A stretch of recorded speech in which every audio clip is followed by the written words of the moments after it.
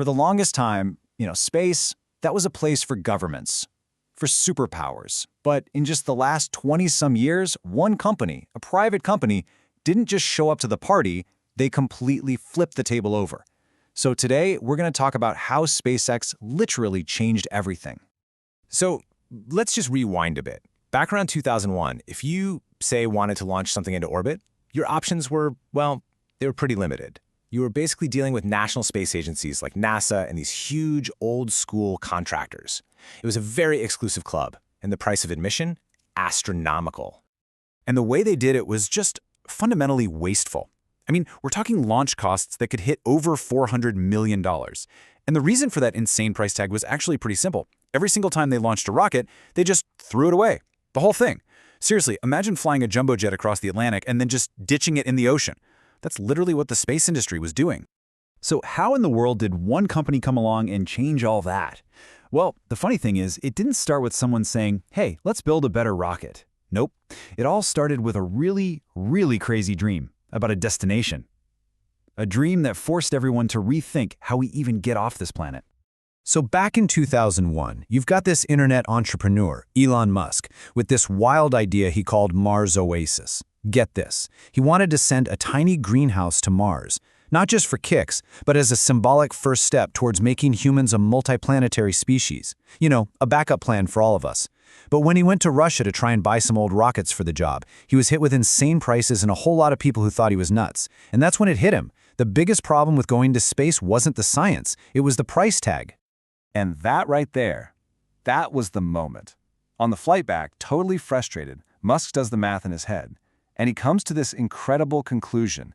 If he just applied modern manufacturing techniques, built the stuff himself, instead of buying it, he could build a rocket for a fraction of the cost. And just like that, the idea for SpaceX was born. Okay, so having the idea is one thing. Actually doing it? Yeah, that was brutal. The brand new company threw every single dollar they had into their very first rocket, the Falcon 1. And the pressure was just immense. We're talking about the entire company's future riding on every single launch. And it did not go well at first. The first launch, 2006, boom, flames. The second one, a year later, failed. Didn't even make it to orbit. The third one, August 2008, another heartbreaking failure. At this point, SpaceX was basically broke. They had scraped together just enough cash for one last shot. And then, a month later, September 2008, on their fourth try, it worked. Falcon 1 made it to orbit. It was the make-or-break moment they were praying for. And that one success, it changed absolutely everything. Suddenly, people were paying attention. Just a few months later, NASA threw them a lifeline, a massive one. A $1.6 billion contract to fly supplies to the International Space Station. And look, this wasn't just cash, though they desperately needed it. This was validation. This was the moment that saved SpaceX. So with the company on stable ground, they could finally focus on the real game changer, the big idea. Not just building cheaper throwaway rockets, but building rockets that could launch and then come back and land, to be used again. This idea of reusability, something the old guard had laughed at for years, was now their #1 goal. The concept itself is pretty simple, right? But the engineering behind it is mind-blowingly complex. So a rocket has different parts, called stages. The first stage, the booster, that's the giant part with the main engines. It's also by far the most expensive piece of the whole puzzle. So the logic was, if you can get that piece back, you can slash the cost of getting to space. And when I say it slashed the cost, I mean it. The impact was just massive. SpaceX took that $400+ million price tag and dropped it to around $60 million. This just completely turned the entire industry on its head. All of a sudden, their competitors were scrambling to cut their own prices. It fundamentally changed the business of space forever. And the way they actually do it is something straight out of a movie. I mean, after the rocket sends its payload on its way, the booster does this crazy flip maneuver. It fires its engines to fly backwards, uses these little grid fins to steer itself through the atmosphere like a skydiver, and then, at the last second, fires its engine one more time for a perfect, gentle landing on a pad or even a tiny ship out in the ocean. It's just incredible to watch. So figuring out how to land rockets wasn't just a cool party trick. It was a massive business advantage. Because they could launch cheaper and way more often, they started to dominate the entire market. But it also meant they now had the cash and the capability to start working on their own crazy ambitious projects. And the numbers, they're just staggering. By early 2025, we're talking about more than 450 successful landings and reflights of their Falcon boosters. Think about that. Something that was considered impossible just a decade ago is now so routine that they're sometimes launching multiple times in a single week.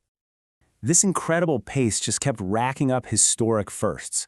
They were the first private company to send a spacecraft to the space station. Then, the first to land an orbital rocket, the first to reuse one. And then, the big one. The first private company to ever send humans into orbit and then to the ISS. They proved step by step that a private company could do what only governments had done before. And having this super affordable launch system unlocked a whole new business for them, something that would have been completely impossible otherwise. Starlink, their own satellite internet service. I mean, to build that, you need to launch thousands of satellites. You just can't do that with $400 million rockets. And now, as you can see, Starlink is actually their biggest source of income. And this is where the whole story comes full circle. All that money they're making from launching satellites for others and from their own Starlink network, it's not just going into a bank account. It's all being poured right back into that original, crazy dream, getting humans to Mars. And the rocket they're building to pull that off is called Starship. If you think the Falcon 9 is big, well, Starship absolutely dwarfs it.